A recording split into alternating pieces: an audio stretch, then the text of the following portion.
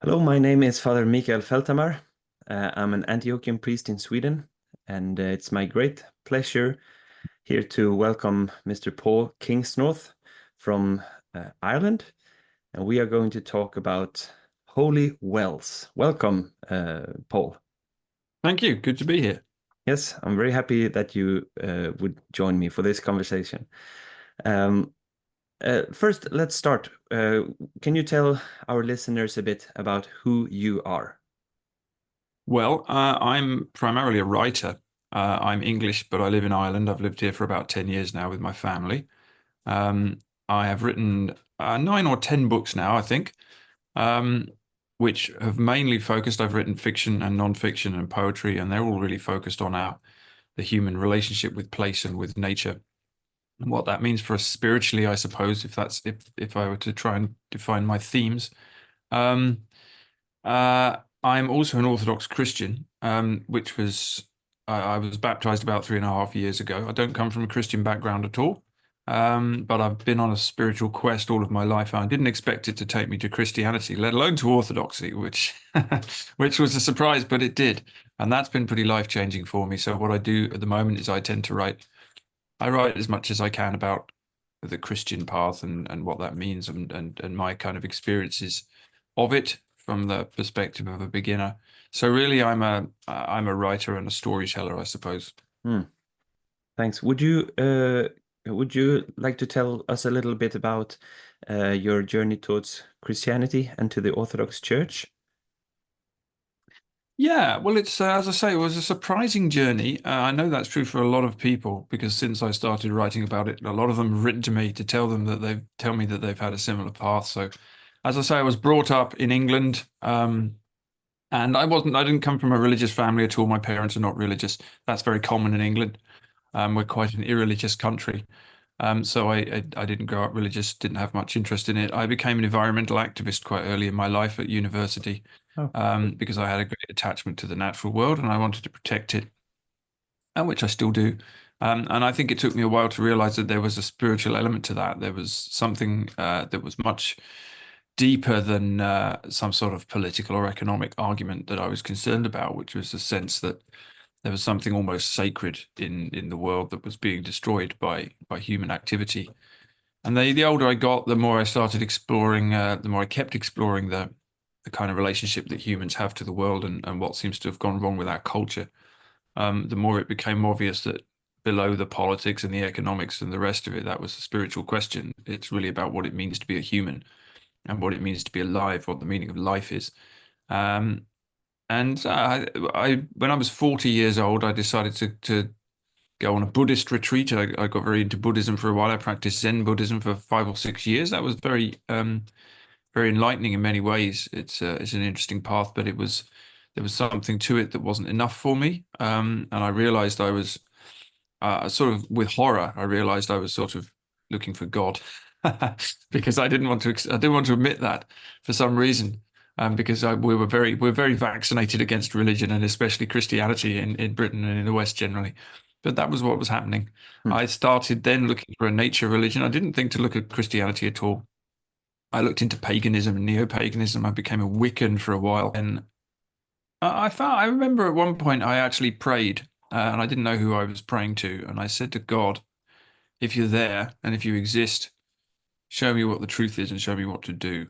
And it was very soon after that that I started having these dreams, and I was dreaming of Jesus, which was really not what I expected or wanted because I didn't want to be a Christian. I didn't think that was where I wanted to go at all. But there we are. I was having these dreams, and then I started to feel like I was being physically prevented from doing the things I was doing with my little Wiccan group. I felt like I was really not supposed to do that anymore. I kept meeting Christian people. I was reading Christian books. I felt like I was being sort of hunted. Actually, that was what I felt like. I felt like I was being hunted by Christ. It was quite a gentle kind of a hunting, but he wasn't leaving me alone. Um, and that was that. I had to give in the end, and I did. And I had it because I didn't want it to be true. That's how I knew it was true. Hmm. I wasn't looking for Christianity. I didn't think there were any answers there. What I thought Christianity was I didn't think was any use to me. And it turned out, of course, that what I thought Christianity was not Christianity at all. And that the real thing, especially when I discovered Orthodoxy, was very different and very much deeper. But I ended up in the Orthodox Church again through a process of prayer and inquiry. I wanted to find the true church. I wanted to find the church with the most unchanged depth to it that could really give me a spiritual path that was true and connected to Christ. And it was the Orthodox Church I ended up in. In the Romanian church here in Ireland, there's a small Romanian monastery that's just begun life 5 or 6 years ago here. And I went along to the liturgy, and I hadn't experienced anything like that before. I'd never been to any Christian service like an Orthodox liturgy, so it becomes quite addictive, as I'm sure you know. When the first time you go, you can't stop going back. So that was that really, and I met my priest, who later baptized me, and I just ended up in the church, and I was baptized about 3.5 years ago now. So, and as you know, the baptism feels like it's the end of a journey, but it's actually the beginning of the journey. So, Yeah. Yes. no, I'm still at the beginning. I'm still at the beginning, but it's been very life-changing. I'm Yes. very grateful for it. Wonderful, wonderful. And your experience from the liturgy, I can just underline or stress that as well. It's not just a service among others. For me, especially for me as a priest, being blessed to read all the silent prayers and the things that the priest does, it's a really humbling school that teaches the whole human person and reminds, or rather puts a person in the proper home of where a human person should be, close to God. That's what liturgy is to me. So it's a really wonderful experience. Yeah, it's very, very different from anything you would get in English Christianity or in anything that I grew up with, sort of at Yeah. school or anything like that. Precisely because it's a full body experience. It's like an immersion. It's not just, there are some church services you'll go to, especially in a Protestant church, that feel more like a sort of lecture or something where you just sit and listen. Whereas, as you know better than me, the liturgy this is what I think it was why I found it so entrancing. It's not just an experience that you have with your mind, you have it with your body, you have it with your spirit. It somehow seems to engage every part of you, even in the sense that, you might be bowing, or you might be standing, and then you might be kneeling, and then there's the smell of the incense, there's the sound of the chanting, there's the prayers. It's something that is designed to engage absolutely every part of your humanity, like you say, and just take you close to God. And it really does feel like there's someone is present with you there, and Yeah. it's not just about the people in the church. It's very difficult to explain, but like I say, the first time I went along, I just wanted to keep going. I had no idea what was going on at all, but I wanted to go and see it again, and because something had happened that I couldn't quite explain. Yeah. Yeah. A taste of something. Exactly. And not just engage, but if you are open to it, also to transform. Yeah, You're exactly. open to Yeah. transform you. Thank you very much, Paul, for sharing this. So you write at an online publication of yours called Hmm. The Abbey of Misrule, Hmm. and you have several different types of posts there. But one that particularly struck my interest was a series of that you call 50 Holy Wells. Mm. And this is also the reason why I contacted you. So it's the premise is that you visit 50 holy wells and you take some photos and you write a few lines, a few reflections perhaps about the well, the state of the world, a saint or something like that. Mm. How did this project come about? Would you say something about that? Well, so I moved to Ireland from England 10 years ago with my family. We came here to buy a piece of land, run a small farm, homeschool the children, kind of escape from the madness of the city. Now, I'm not Mm. Irish, obviously, I'm English, but um, we'd been to Ireland, we knew the place a bit, so we came here and made it our home. Now, Ireland is historically a Catholic country, whereas England obviously is Protestant. And there's a lot of differences, obviously, between those two kinds of nation. But one of them is that the Catholics have never had a Reformation, obviously. And what that means is that the Catholic relationship, the Christian relationship in a Catholic country, as in an Orthodox country, actually, is very much older, and the legacy of the sense of there being a sacred landscape has not been destroyed.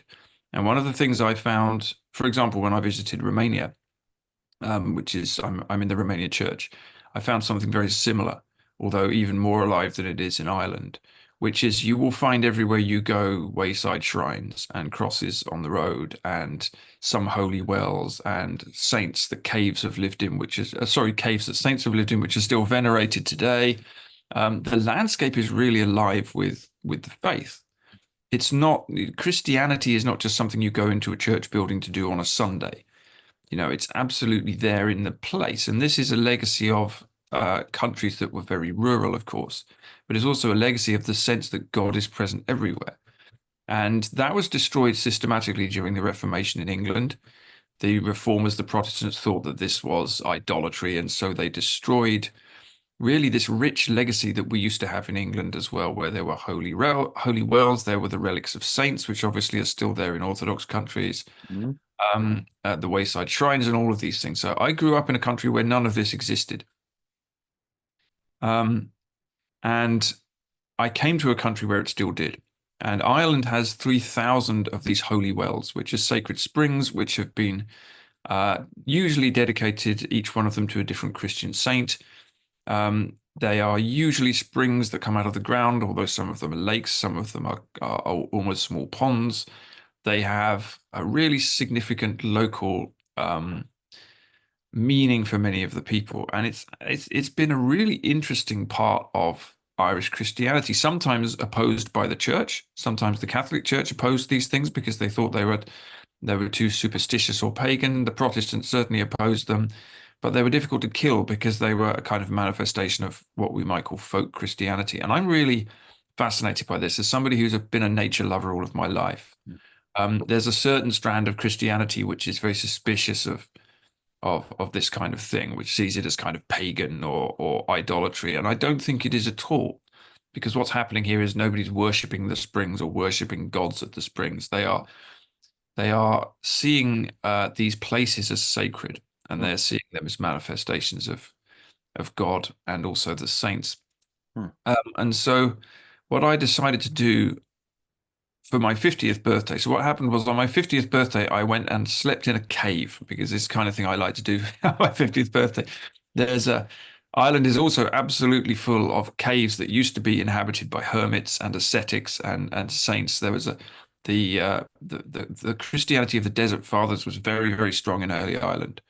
In fact, there's a school of thought which suggests that early Irish Christianity came directly from Egypt rather than through Europe, which is very intriguing. So either way, St. Anthony, St. Paul of Thebes, the early saints are very, very strong here. You can see them on the old Irish crosses.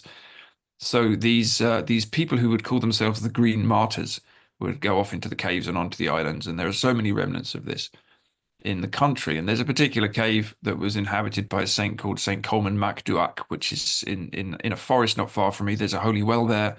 There's a cave he slept in. There's the remains of a church. Beautiful place. I go there a lot. And I decided on the eve of my 50th birthday that I would go and sleep in the cave that the saint had slept in, and I would fast for 24 hours, and I would just be there on my own. And so that's what I did. And I got very wet because it rained and the cave leaks. It's very Irish. So, but I got up in the morning and I drank water from the Holy Well, which is a spring that comes out from the mountain. And I thought, okay, I'm going to set myself a project. I'm going to have a pilgrimage for my 50th year. Because I'm 50, I'm going to visit 50 holy wells in Ireland, just for the sake of it. It wasn't even something I thought I'd publish. I just wanted to do it myself. So I started doing it, making notes of the wells I went to. And I just like doing things like this. I've spent a lot of my life visiting strange old ruins and sort of marginalized places. I like this kind of thing. And then eventually I decided, well, maybe I'll just do a little diary about this on the Substack that I run, and every Sunday report on a well. And it's proved quite popular. And it seems to me as I've gone along that this project that I started just for fun and interest is sort of making me think more deeply about the Christian relationship to landscape, and also how we can get back to the kind of roots of a very simple, natural Christian faith in a world in which it's become very enclosed. So Hmm. that's really the root of the project, and it's just been great fun to do. I've really enjoyed it. I totally understand. I share Mm. your interest in the obscure monuments of historical interest, a rock here and a well there, and something Mm. like that. I think you have more of it though in Ireland than we do here in Sweden, though. Yes, there's a lot of it here. That's one of Yeah. the fascinating things about this place. Ireland is a country that's desperate to be modern, but even so, none of this is very far below the surface. You can't walk 100 yards without coming across some ancient ruin covered in ivy. It's very interesting. I find it very fascinating. I was raised up also in a family where we went on such trips and picnics, and Mm, my mom and dad used to find an old ruin of a church or a cross or something like that out in the forest or out on a mm, field, and they bought us all 8 children and had a little picnic there, and we mm. looked at the monument in question. And so of course, when I was a teenager, I hated it, Of but course. now I've come to appreciate it very much, Yes, and yeah. um, I uh, I do the same thing with my kids as well. Mm. Yes, Take yeah, them, me too. I'm always dragging my children to obscure places, yeah, whether they like it or not. yeah, they'll come to like it. They will. Yes, exactly. Well, I think it's also interesting that people find the series on your Substack interesting Mm, or fascinating, because I think it taps into a general feeling of loss of mm. something when you have a 100% materialistic out view on the world. You, I think you kind of lose something. Yeah, And this is just a very simple way to get back to it again, I think. That's yeah, I my think so. theory.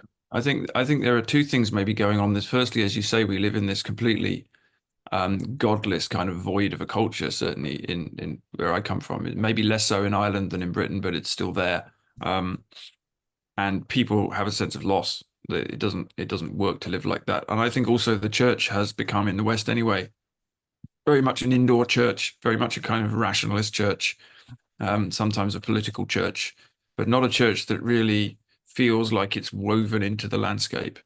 And one of the things that interests me about Ireland, and this is true of Britain as well, actually, is that in the early centuries of Christianity here, that was not the case. Obviously, society was very different, but as I say, the faith was woven into the landscape. There would be hermits in caves, the wells would be venerated. There's a sense that you can be rooted in the place you're in. You can have a sense of place. You can and that deepens your sense that God is everywhere. You know, God is not just someone you go to meet on a Sunday or you can read about in the Bible. I mean, obviously you're doing those things, but also everywhere you go, there's a sense that the landscape was sacred. And I think that was very much the case in Ireland before the modern period, that the whole of the landscape was regarded as a sacred kind of topography. Um, there's a holy mountain here called Croagh, which people still climb up on the same day every year. There's a church at the top. There's a mass there. There is still a lake in the north of Ireland where there is an island in the middle called St. Patrick's Purgatory, which people still take a pilgrimage to. They still do a lot of quite punishing barefoot kind of fasting and well rounds there. And that's increasingly popular with young Catholics, actually. Mhm. So this stuff is still here. And it's a form of Christianity which is it's not a new invention. It's something very old, and we've kind of moved away from it. And I have a sense that that kind of thing is going to take us back to kind of the roots of the faith, if you like. And Mm. there's something still there. And it's very interesting to me that a lot of the wells in Ireland, there are 3,000 wells altogether. Whew. There are more holy wells in Ireland than in any other country on earth. Yeah. Some of them have gone to rack and ruin. Some of them have disappeared and been neglected. But quite a lot of them are still looked after. And some of them have been rediscovered and cleaned up. And people are starting to go back to them again and starting to pray at them again in a way that they wouldn't have done even 10 or 20 years ago. So there's something of a movement back towards this kind of more primal, challenging version of the faith, which I think people in an Orthodox country have never really lost. You know, No, it never got destroyed in the Orthodox world in the way that it did especially in the Protestant West. I agree. So it's still there. I think sometimes the Orthodox take that for granted, you know, and they don't realize what they've got. Hmm. But if you go somewhere like Romania, as I say, it's all still there. But Yeah. in the West, we have a kind of the work of rediscovery to do, I think. Yeah, the faith moved up into the brains, so to Yeah, speak, in the I think West so. after the Reformation, and especially also after the Enlightenment, I think. Mm.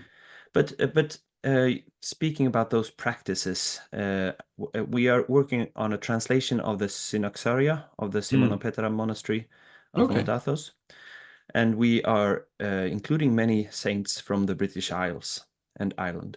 And Mm. the spirituality that they show is quite austere Mm. and sometimes quite rigid. And you mentioned people going there barefoot on those pilgrimages and things like that. You are, I think, rediscovering one of the hardest forms of Christianity, one of the most austere, so to speak. Uh, Yeah, I think so. It's interesting to me. It really fascinates me, this. And I don't know quite why it fascinates me, because I'm not living like that. I'm not a monk. I'm not an ascetic. I'm no. just living in my house in the country Mm. with my computer. Here it is. So I'm not an ascetic in that sense. Yeah, Not any more than any other Orthodox person is. But there's just something that really attracts me to these people who go to the extreme. yeah, of course. The Desert Fathers, the people who really take the faith seriously. I think it makes me feel slightly guilty all the time. Yeah, St. Anthony listens to Christ telling everyone to give everything away, and he says, "Well, I need to do that then." So yeah, he does, and he literally gives everything away. He's a wealthy man, and he goes to live in a tomb. And throughout Christian history, of course, there are so many people like this, and they say, I'm going to go and do what I was told to do." yeah. They Um, are prophetic voices. they are prophetic They're voices, and I calling think us there's to follow something, Christ, yeah, even though exactly, we are not called to the very same thing as they are. yeah. But uh, they are calling us to do a little more. Try to, you know, I don't know if it's correct to say push yourself a little harder, Mm. but don't fall asleep.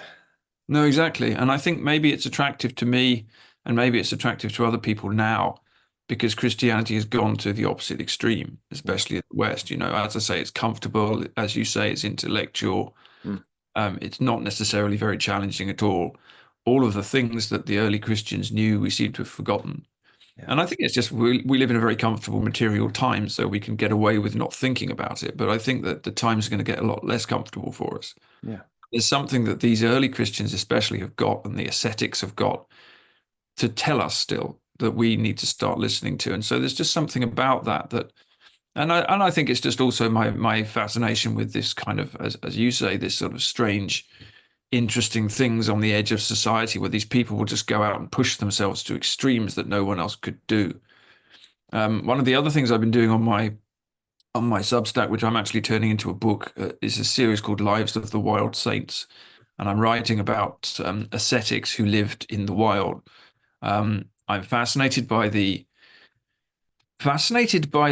reality that some saints achieve a kind of deep connection with the natural world that the rest of us don't have. They will be able to befriend the bears and instruct the animals and listen to the language of the birds. It's like they've returned to the Edenic state, because they've stripped themselves away they've become so purified that they're able to access almost the state that they were designed to be in again. And I find that very interesting. Mm.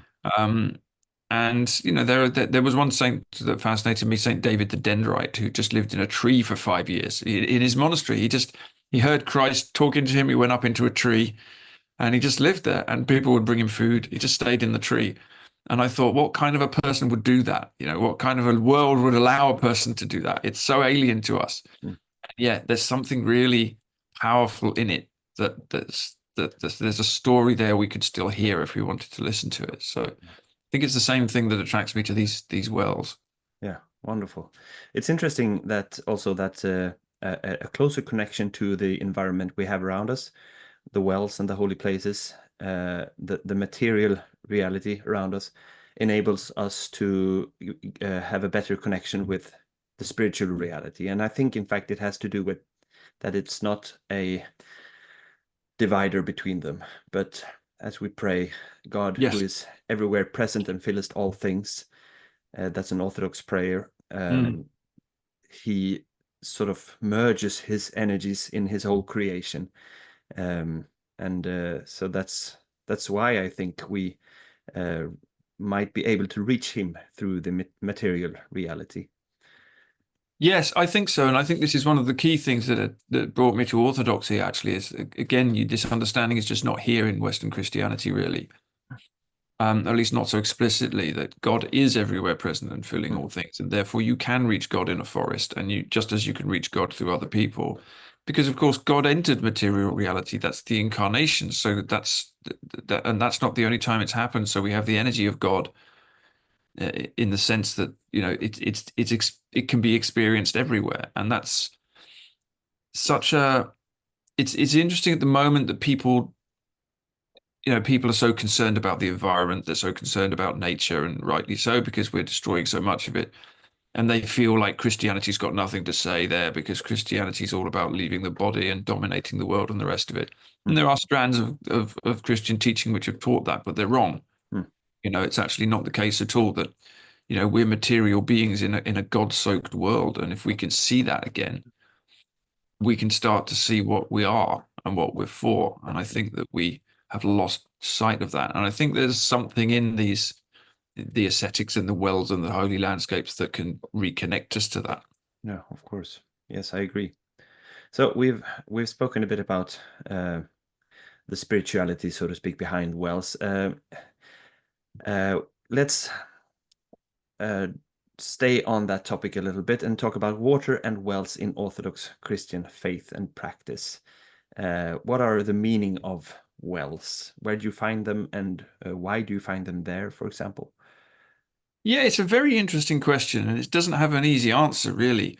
The origin of holy wells in Ireland is very obscure. So as I say, there's about 3,000 at least. No one's ever compiled a full list of them, but 3,000 is the best estimate. Now, probably a third of those at least had a pre-Christian use. They were probably pagan shrines in some way. They were used by druids or practitioners of whatever the religion was exactly before the Christians' arrival. We're not quite sure. They seem to have been holy places, maybe about a third of them at least, but the other 2/3 maybe not. So exactly how Ireland gets, and Britain to a lesser degree, came to the point where there were so many blessed water shrines around the country is not quite clear. But what is clear is that obviously in Christianity, there's a deep connection to water. In some ways, it's almost a water religion. I mean, this is true of a lot of faiths. It's not just the Christian faith, but obviously in Christianity, your initiation into the faith is through baptism in a river. Christ is baptized in the river. Christ himself is healing blind people by telling them to go and bathe in a sacred pool. There are stories about angels touching the water and creating healing waters right in the Bible, in the Gospels. The importance of rivers and water is threaded in the Old Testament as well. We have holy water in Orthodoxy and indeed in Western Christianity too. So the power of water to act as a kind of transforming agent, to become a spiritual thing is not, it's not pagan and it's not new. It's right. Christ is using it himself. Baptism is precisely that. So there's obviously a deep relationship between Christianity and water as a purifying force and a healing force. And so a lot of the wells, almost all of the wells that I've come across in Ireland, for example, are used for healing. And this was particularly important in the past. Lots of poverty, no modern medicine. People would often go to the wells to heal their eye sicknesses, their limbs. Often wells have a particular medical use. So there are wells known as eye wells. That's the most common kind of well in Ireland for curing eye problems, possibly because people were living in very smoky cottages and they would develop a lot of eye problems. Yeah. And there are ear wells for ear problems. There are wells that are said to be good for curing stomach problems and leg problems and skin problems, all sorts of things like this. So the power of the well to heal you, and the power of the saint that the well is dedicated to heal you as well, if you bathe in the water, is a big part of the reason that holy wells existed. So they're very practical places, as well as being places of prayer. They were also often places of social gathering. This is interesting. One of the reasons that the Catholic Church officially became very disapproving of the wells is that what used to happen every year is each well had something called a pattern day, which is a corruption of the word patron day. So it's, in other words, it's the patron day of the saint who the well is dedicated to. Yeah. And almost all of the holy wells in Ireland are dedicated to a saint.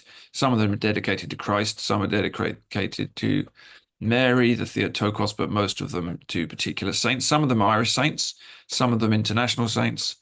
Um, but every year there would be a pattern day, and this would often be an excuse for a huge party. So the priest would go along, and there would be a mass, and the priest would try and keep it as a religious ceremony, but it would often turn into a fighting. People drink a lot, and then they'd get into a fight, and then it would be almost like a huge party and a brawl at the pub. So some of the pattern days were abolished by the church. They just banned the gatherings at the wells because people were Yeah. getting a bit carried away. There was a belief that some people would tell themselves that after they had been blessed by the waters of the well was a holy place, and so any sins committed there didn't count. And so then people would get drunk. People get drunk and start fighting and doing all the other things they did. So, the church became quite disapproving of them, and this is another reason the Protestants didn't like the wells as well, because quite rightly they did point out that a lot of this stuff wasn't very Christian. Yeah. But at root, what you've got here is water shrines, which are blessed by or dedicated to a saint, which are used for healing, which are also used for prayer, and which are used to um, reconnect people with their local place. And because there were so many wells in Ireland, almost everyone would have one near them. If they wanted to cure themselves, if they wanted to pray to the saint, if they wanted to go and leave an offering. And even today, you'll see a lot of offerings at the wells. People will leave things as part of prayers to cure sicknesses. They might leave a picture of a loved one who's sick. They may even leave a piece of clothing tied to a tree, photographs of people who've passed on that they want to pray for, they're asking blessings for. So it's a way to connect with the saint, connect with the landscape, ask for healing, and kind of be a very local kind of Christian that in a natural setting. And before the 19th century, a lot of Irish Christianity was practiced outdoors, partly because the British had banned Catholicism, and so people had to do it in secret, but also because of the existence of the wells and the holy mountains and the pilgrimage sites. So there was a real connection between the faith and the landscape. This was true in Britain as well, which, as I say, has really dissipated as we've become very indoor people. And I think we need to go and rediscover it again. In the Romanian Orthodox Church, I know there's a tradition of going on sort of like Stations of the Cross almost during Holy Week. And I think pilgrimage, when you read a Finnish author like Tito Colliander, you notice that he encountered Orthodox Christianity on what he called crusade, which is not what we think of crusade as today, but a pilgrimage from town to town with standards and crosses and everything. It's really something that is alive, I think, in Orthodoxy still, and a way of going outside to practice your faith, and also just reclaiming the geography of your area for Christ. And speaking of that, when we talk about water in the Bible, they can have the double meaning of a force of chaos almost, and then you can have it as something blessed. And when we do the blessing of the waters at Theophany, and when we prepare for baptism, we pray that our Lord will crush the heads of the dragons dwelling in there, and just retaking water and repurposing it to serve Christ, to serve God again. And I think by going outside and doing Christianity outside is the same thing, actually, just reclaiming our environment for Christ. I think that that's a beautiful thing. It is. It's very interesting. I mean, we have, as I say, we have a little Orthodox monastery here in Ireland, which is 5 or 6 years old. There are only 3 sisters in it at the moment. It's a female monastery, but I often go there at the weekend. And every year we have the Sunday of Orthodoxy, where the Triumph of Orthodoxy, where you will traditionally march around outside holding the icons. And so there's a little parade that we do around the monastery, and it goes down the main road. And so every year you see the strange sight of a few Orthodox nuns and some priests and the rest of us all following around, taking all the icons out of the churches, walking down the road. And you sort of get cars hooting their horns as you go past, and I mean, people quite like it. It's unusual now in Ireland, but it's not so long ago that you would see things like this. Hmm. So there is a kind of, as you say, an interesting reclaiming of the public sphere when you do this, and then the same with the blessing of the waters as well. We go down onto the bridge over the Shannon, and the priest will throw crosses in there. Actually, our priest has adopted the old, I think it's a Russian tradition of throwing the crosses into the river and then diving in and collecting them again Yeah. on Theophany when it's very, very cold here as well. So that's a good challenge. Some of the young guys really enjoy that, Yeah. leaping into the water to collect the crosses. But it's exactly that, here is God. God is everywhere, and here is us leaping into the river and blessing the river and walking with the icons. And it's a similar thing with the holy wells, I think. Why should Christianity be limited to a building? And God doesn't live in a building. Obviously, the church and the liturgy are important, but there are traditionally in Orthodox and Catholic countries so many ways to relate to the actual natural environment and the built environment too, which I think we've walked away from, and there's something there still waiting for us. Yeah, and pertaining to that, you mentioned also that 1/3 of those holy wells were previously heathen sites. Yes, that seems to be the case. Yeah. Yeah, and that's a thing too, that you continue Christ's work of Mm, expelling the devil and his forces mm, from God's world, and you're not welcome in this pond anymore. mm, You're not welcome at this holy well. This is claimed for Christ. So I mm. think that's you're continuing the spiritual warfare as well. Yeah, I think so, and that's I think that's one of the reasons, obviously, that the wells are dedicated to the saints, and there's a sense that the saints stand guard over these waters now. Mm, So yes, there's absolutely that's still there. yeah. So would you mind share about a few experiences that you've had with wells in during your visits? What are your favorites? Would you like to mention something about that? Oh, there are so many. I mean, I've done I visited 50 obviously for this series, but plenty more as well. So it's difficult to choose. I mean, I mentioned St. Coleman's Well, which is a beautiful place out in the forest. I mean, I tend to be attracted to the wilder places out on the edge. So, for example, there's a beautiful well out in the Burren. The Burren is a very rocky, unusual landscape in the west of Ireland, which almost looks like the surface of the moon. Hmm. There's a lovely little well hidden away there called St. Fuchnan's Holy Well. And it's literally just almost a pyramid of stone with a very crude wooden cross on the top of it. And the water itself flows up from under that. And it's very, very simple. I tend to like the simple wells. Hmm. By contrast, there are other wells which are very, very complex. There's a beautiful well out in West Clare, St. Bridget's Well, which is it's actually a waterfall, and the waterfall appears in a cliff and falls into a pool.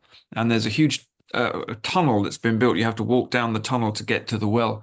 And the tunnel is absolutely full of offerings that people still leave there, pictures of their relatives and rags that people have tied up to mark prayers and offerings that they've left and photographs of loved ones. It's very moving, and the whole thing is a holy site. You have to make a certain number of rounds of the statue of St. Bridget, and then you walk up the steps, and then there's a woodland, and you walk through that, and you do the Stations of the Cross, and then you come down, then you go and pray at the well, and then you drink the water.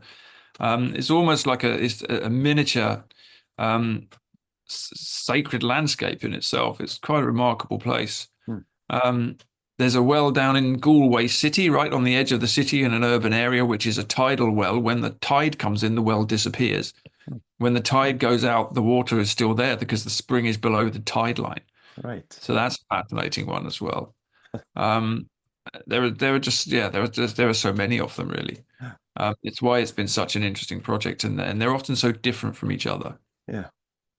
Well, the situation in Sweden is quite different. As you know, we are a Protestant country, and many of Mm, we've had more holy wells than we have now at the moment, and mm, because they were destroyed together with, reliquaries and other holy things and right. places. Yeah. Yeah. Same as in Um, England. so that's a shame, but that's how it is. But still, they Mm, live on in the local memories often. and now there's an increased interest in them, I would say. So there are a few famous ones closely. One of the most interesting, I would say, is one here close, 1 hour's drive from where I live in the western parts of Sweden. And it's named after Saint Bridget of Kildare, Oh, which interesting. of course Right. is an Irish saint, a very Mm, famous one at that. I think mm. she's the patron saint together with Saint She is. Patrick. There are three patrons in Ireland. It's Saint Columba, Saint Bridget, Saint Patrick. Yes. Yeah. So in this holy well, it seems that one of the missionary bishops from the British Isles, Saint Siegfried, baptized the first Christian king in Sweden, Olaf. Oh, okay, that's right. So, Right. and I Didn't know find it that. interesting because that would mean that there were very close connections between our respective parts of the world, which of course there Mm, were with the Dane that is a law big, and yeah. everything. Mm. So Saint Bridget made her way here as well. That's interesting. I wonder if Irish Christians had visited Sweden then. Maybe. You never And you know. know, The the Irish got everywhere. archaeological evidence is so scant. It's not Yeah. Yeah, much it's to find. difficult to tell. The Irish were very, certainly in the early years of Christianity, the Irish were very pioneering. They were all over the place. So you never know. It's not beyond the bounds of possibility that they Oh, got to no. Scandinavia. Yeah. Uh, yeah, so that's one interesting. There's also one other holy well close, or rather down south. We had one bishop in the year around 1000 who is described by um, the author of Ansgars Vita, Rimbert. And he calls him acephalus, without a head. So there No. was a bishop uh, going about here in Sweden with who didn't have, I think he wasn't part of a hierarchy Right. in some way. But there's a holy well with his name down in Halland, Hmm. which is a place down here, and it's called Osmund's Well. That was the name of the bishop. Now, Osmund, he baptized people there, and he made a lot of converts to Christianity from heathenism or paganism. But he was eventually forced out of Sweden, and he came to Ely, where he is now buried. And there's a tomb in the Cathedral of Ely with his name on. Yeah. So that's further proof of the connections Mm. between Sweden and Great Britain. Oh, that's interesting. Right. I didn't know that. But and then there's one of the last one, my favorite. It's dried up Mm. because of farming. It's a small local saint called Saint Torsten, and he was according to tradition, he was a slave boy, and he was owned by a pagan. And for some reason, one of the oxen died, and the pagan master, blamed it on the Christian slave boy and had him killed. And No. on that spot, as the tradition says, a holy well began to flow. Right. Right. Yes. And I think you'd like to visit that place because you have to go out in the forest, in the wilderness Mm. for half an hour and, make your way through, Mm. uh, yeah, That rough sounds terrain, good. so to speak. And you will find Yeah. an old abandoned pile of rocks Mm. with almost nothing left in Right. it. Right. But that's the place. That's the place. And you can see from old sketches from the 1600s that Lutheran priests did. This was a place. It Mm. had a roof and it had a wall around it, and people used to go there. But due to superstition, as they said, they Mm. closed it down, and now there is almost nothing left. Right. Okay. Oh, that sounds So interesting. Yeah, I'll have to. If I ever come to Sweden, there's a yeah, place to visit. I'll take you there. That sounds good. I We've like that. talked a bit about what we can learn from the wells, but as we are descending now towards the end of the episode, uh, can you say something again? What are the main things we can learn as Christians today about visiting the holy wells, even though they are nothing but small puddles of rainwater or great flowing waterfalls? What can we learn? What can we bring into our lives, our secular and material lives today?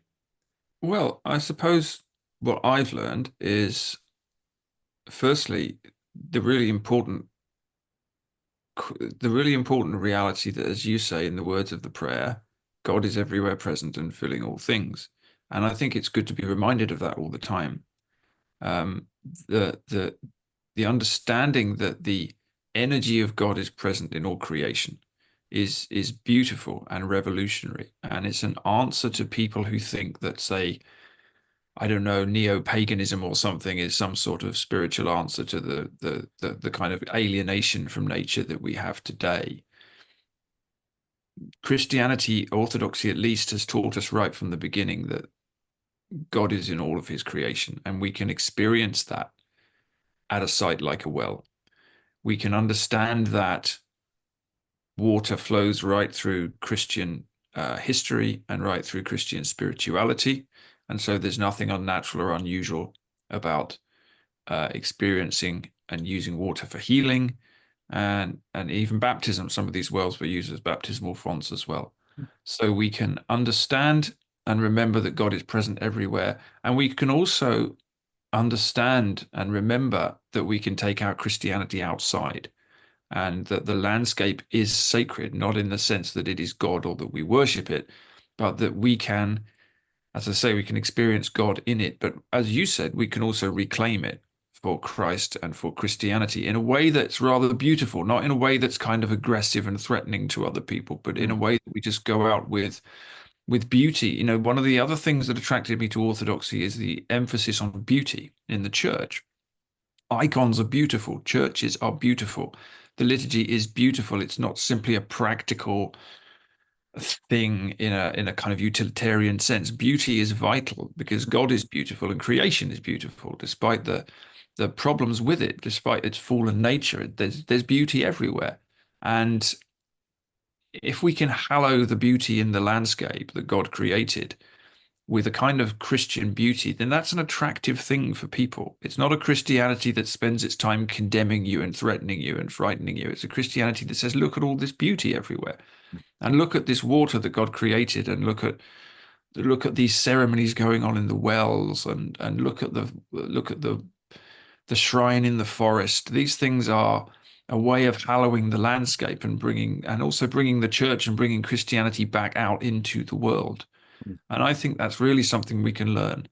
We can learn from our ancestors about how they hallowed their landscape and how they understood that the landscape was a sacred place. Mm. And we can learn from Christians who, when they went to holy wells that may have been pagan shrines, they didn't destroy them and fill them in. They hallowed them for Christ. And they said, yeah, well, this well is now looked after by this saint, and this water can be used for baptism, but it's still a holy site. It's not something that has to be destroyed in the way that, say, the Protestant reformers destroyed things. So I think we can learn a lot about our relationship to nature and God's creation, how to take the church outside, how to speak to people today when people are so alienated from Christianity. I mean, I was for most of my life, and say, look, this is not a threatening puritanical faith. This is a church that loves beauty, and it's a place where you can go for healing. You Mm. know, the church is a place for healing, just as the well is a place for healing. And I think that so much of this, if people saw this happening more often, in the way that they might see the parade of icons around the monastery, they might stop and ask questions. They might get interested. This is how we kind of reclaim the world, if you like. So I think there's a lot to be learned. And I also just think these places are so interesting for me. I mean, like you say, I'm a nerd, a history nerd. I love strange old places and interesting things that most people don't notice. And there's just so much kind of interesting, quirky beauty out there to rediscover. So there's a lot to be learned from it, I think. Mm. Yeah, thank you.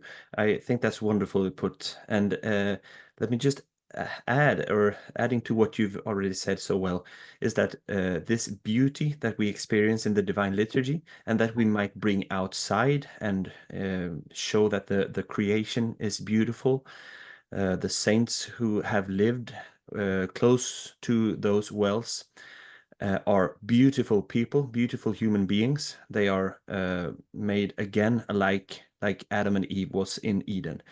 And we are also able to become beautiful or true human beings when we let ourselves be transformed by the liturgy, by the holy places around us. And we take the saints as examples and intercessors in that journey to be more beautiful, so to speak, in Yes, a I very think deep so. sense. Yeah. I Yes. think that's attractive. Wonderfully put. A tip for someone who would be interested in visiting a holy well. What would you say to them Oh, before they visit? really? Buy yourself a map and see what you find on the map. It's as simple as that. I mean, when I started to get interested in these things, I started to look into books. There are not a huge number of books written, but there are some local historians who've written books about wells. But most of the wells I visited, I just found myself. I buy myself a local map, and the holy wells are all marked on it, tiny little red dots, and then you have to go off and find them. And that's part of the adventure, actually, because you see a red dot on a map, you have no idea what you're going to find. You may find some beautiful shrine that's still visited, or you might find a pile of rocks that nobody's been to for 50 years. So it's part of the adventure. And I would just say go out there and go hunting. Go and have fun. It's a really interesting thing to do. Take your children if you have children, or take your friends if you can drag any along, and just go and see what you find, because these things are hidden away in the landscape. We're kind of waiting to be rediscovered, and it's for people like me anyway, it's a fun way to spend the weekend. Yeah, wonderful. I agree. Well, Paul, I thank you very much. Where can people go to find your work? Well, my Substack is called the Abbey of Misrule. So if you Google that, you'll probably find it, or you could actually just look up my name online and it'll probably direct you there. Wonderful. And you have a list of books that you've written there I or have something? I also have a personal website, which is paulkingsnorth.net, which has details of all my books on it, and other things that I do as well. Wonderful. I'm so happy that you agreed to join me and talk about holy wells and nerd a little about such I've enjoyed it a lot. It's good to meet another well nerd. wonderful. And thank you all for listening, and I wish you all the best, and God bless you all. Thank you.